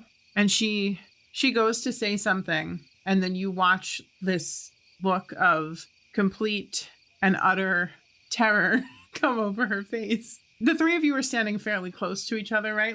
Mm-hmm. Yeah. There's 12 visible pockets on Elara's jacket, and all at once they seem to begin to grow in size, and they start to bulge. Ivy takes a step back. And you begin to hear things kind of clanging and moving around. And you watch as the jacket starts to almost sag towards the floor with a weight. And Elara goes, oh, no, okay. And you watch as she starts to try to shrug off the jacket for a 7 strength check. Can Véres help? In a matter of seconds, do you reach out to try to get the jacket off? So I think you kind of grab at the shoulders, and she kind of is able to shrug it off as she herself is kind of crumpling to the ground with it. And then you watch as first a small gem pops out. And then you watch a set of tools pop out. And then you watch a book pop out. Ivy, you watch the crossbow that you saw before just come out of this jacket. And in a couple of moments, you are looking down at this person who is sitting on the floor with a pile of things around her. You see, I'm gonna list her things real quick. Okay. You see regular things that you would see in a pocket, right? You see a coin purse, you see chapstick, you see a little notepad and writing utensils and rations, a water skin. You see something that looks like a Swiss Army knife. You see a mat that's rolled up, and it has unrolled now. And it seems to have a bunch of metal tools held in place. You see what looks like a small briefcase that has a leaf imprinted on it. There's a torch. There's a tinderbox. There's 50 feet of rope. Countless potion bottles, empty vials, way more than any person carries on their person ever.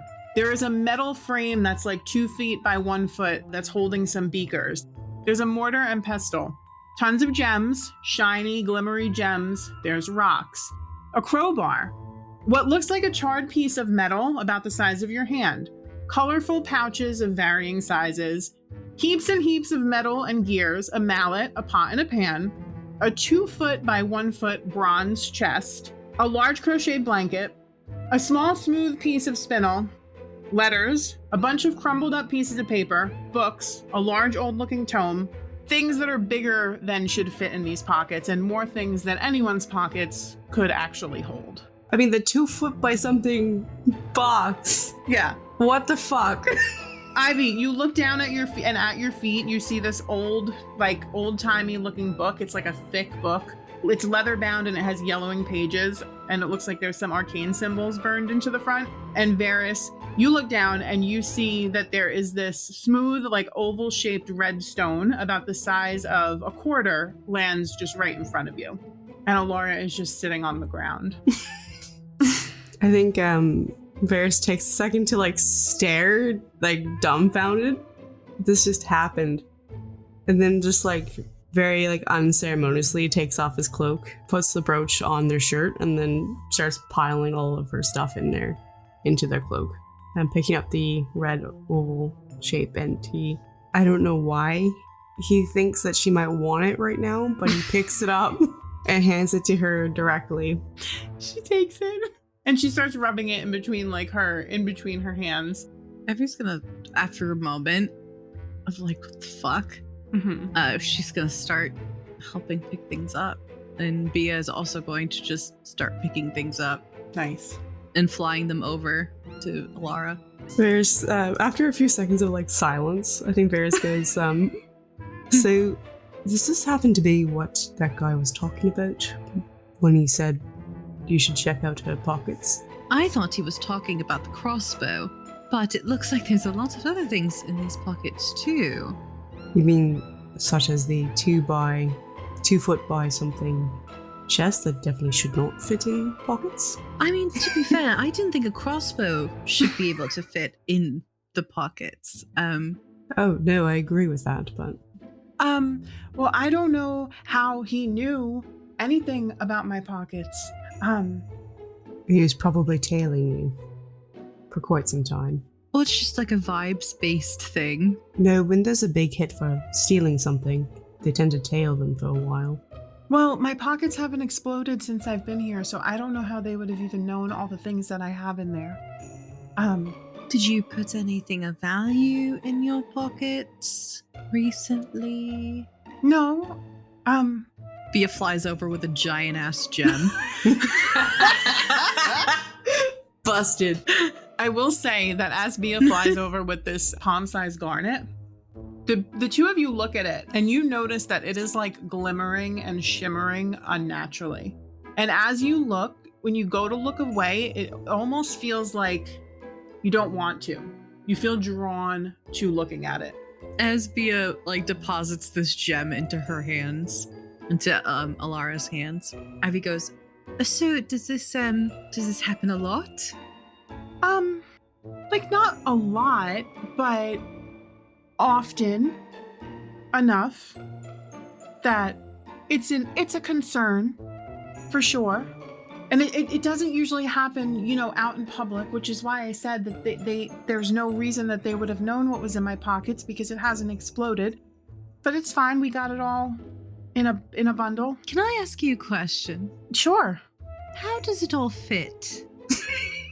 Oh, she kind of stands up and she gets a little bit closer to you, Ivy, and is I think she starts off as whispering, but the more she talks, the louder she gets. And she goes, well, it's, my pockets aren't really just regular pockets. It's kind of they are a pocket inside of a pocket. And then that pocket is like a little mini pocket dimension.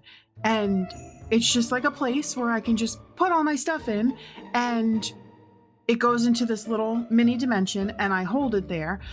The problem is sometimes, it doesn't stay open all the time. And when the dimension wants to close, all the stuff has to come out. I just haven't figured it out yet, how to kind of keep it open all the time, Sure. Mm-hmm. Honestly, it sounds like something my dad would really be interested in. Oh, okay. Are you an artificer? I am. Oh, okay. Yeah, my parents are artificers. That's awesome.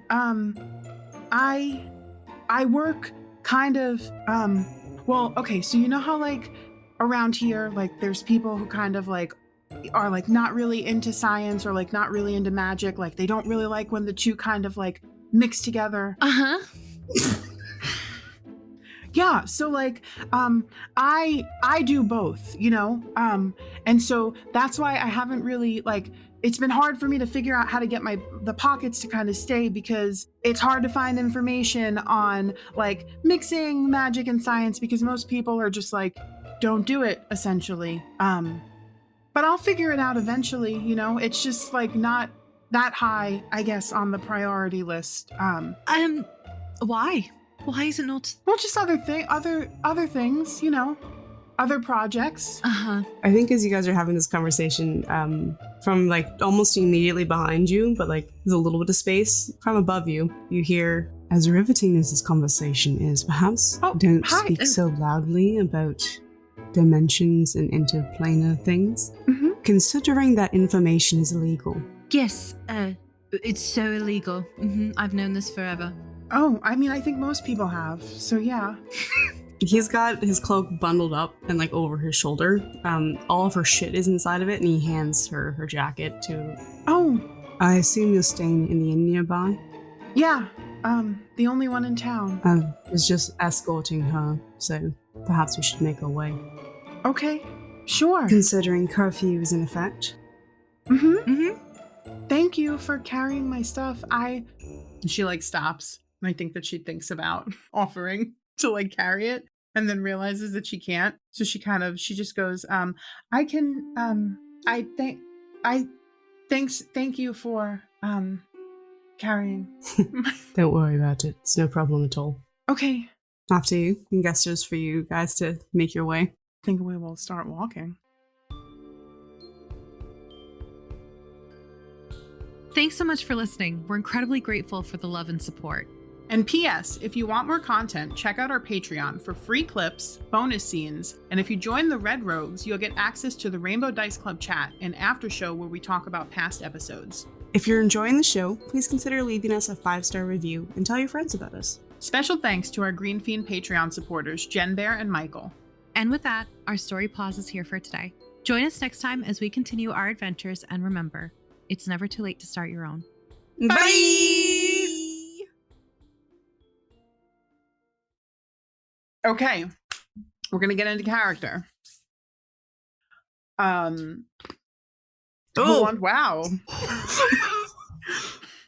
I carry all my stress in my neck. I can tell. Damn. I feel like I should go last since I'm... I can't believe you just did the Twilight song. As a vocal stem. You did it as a vocal stem. Who put AKA Mark Fieldus, by the way? Me. I named him. I love it. That was my dad's name before he died. Well, I guess it's still technically his name. Mark Fieldus? You know, the famous after death name that everybody gets. Yeah, his name is Mark. His name was Mark. They change your name so that your name can be available to an alive person. For other people. Yeah, obviously. I knew there can only be one. Okay. There can only be one. Except for there's actually like 6 of me. Only one Mark. There can only be one Mark. And a car just went by. But also, I am really excited to have cars driving by. Elara cracks me up. She tries so hard. She's so committed to the bit, you know? I love it. And he sees Véres and he's like, Ah. What are you... Okay, fine, let me try that again. Jesus. Nice to meet... No, it's not.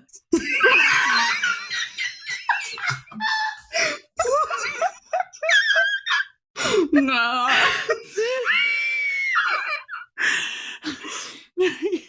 Oh, Nice to meet. you I- guys.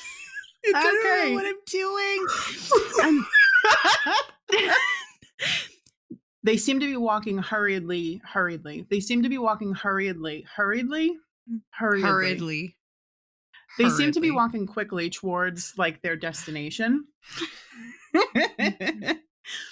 Ah. Ah. Ah. I like how everyone's got their like vocal cue to get back into it.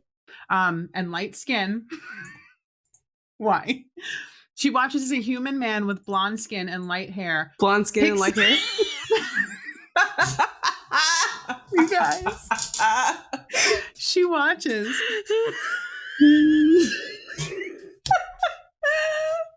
I knew it was coming too. For some reason, as soon as you said blonde, I was like, she's gonna You're gonna see skin. Let's fuck it up. blonde skin and light hair, and then just keep barreling on. Okay. I'm sorry, I'm not trying to pick on you. I just No, and thank you for fixing it. She watches. I just thought of the most horrible thing. What? What? I think I'm gonna keep it to myself. Oh, No. boy. Now you have to. But what if I put a torch down his armor Then he would be set on fire. inside of armor? Then you would be set on fire. He would be very set on fire. Hold on one second. Yeah. Elara. Elara.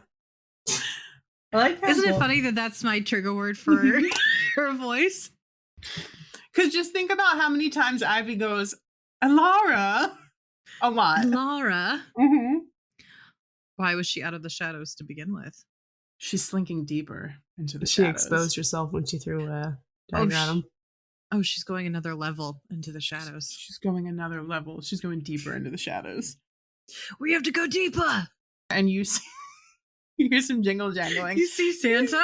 You see Santa. Santa's Up on part the of rooftops? And is yeah. Quick. You see Santa and the reindeer. No, the that was 100% lethal. I was gonna say. I'm assuming it's in his grap. yes. Mhm. It's in his grap. It's in his It's grap. his grap. You know that Grap. part of the body that nobody likes to talk about ever? His grap. So clenched betwixt his butt cheeks. I almost had her boot him, but she's not gonna. You kill him by accident. She We kicks can have in him the at one ass. hit point, and then Dusty, She thinks Ivy about, puts him into death saves. She thinks about killing him. She just kick him in the ass. She kicks him and she's like, I don't know what happened. I kicked him. I don't know. She donkey kicks him on her way back to Oh my him. God. Yeah, so she graps. Oh boy. Grabs. Yeah, so- She grabs. All right. Elara, go ahead. No, you go ahead. No, you go. No, please. Please go. No. Please. Nope, it's gone. Not a thought behind these eyes.